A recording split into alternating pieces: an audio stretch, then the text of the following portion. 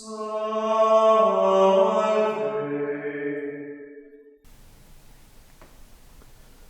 reading from the letter of St. Paul to the Romans. Brothers and sisters, what does Scripture say? The word is near you, in your mouth and in your heart. That is, the word of faith that we preach. For if you confess with your mouth that Jesus is Lord, and believe in your heart that God raised him from the dead, you will be saved. For one believes with the heart, and so is justified, and one confesses with the mouth, and so is saved. For the Scripture says, no one who believes in him will be put to shame. For there is no distinction between Jew and Greek.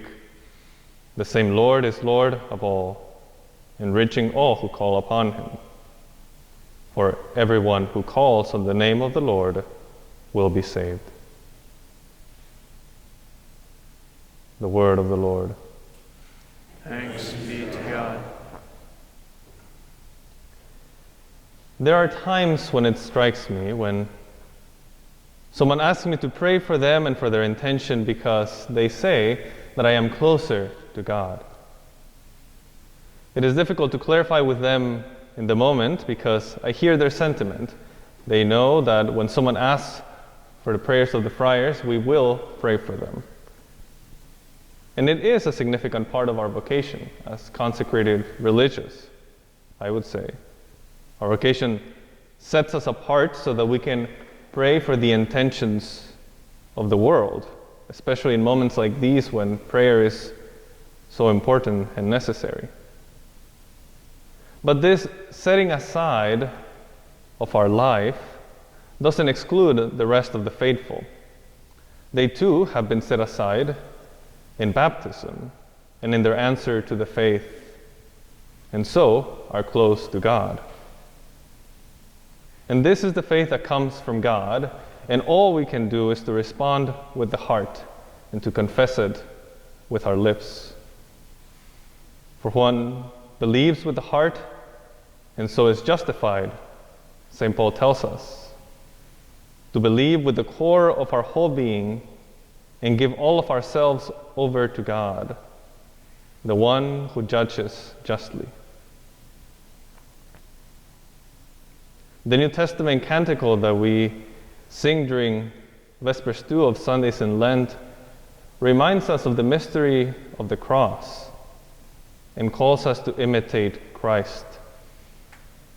St. Peter writes, when he was made to suffer, he did not counter with threats. How easy it is to respond strongly when my comfort is threatened. And that's what Lent does. It disturbs the comfort of our everyday life, reminding us that as Christians we have been set aside and we have answered to live in a difficult life. To be a Christian means denying ourselves more. It means to give greater focus to God, to answer like Jesus did.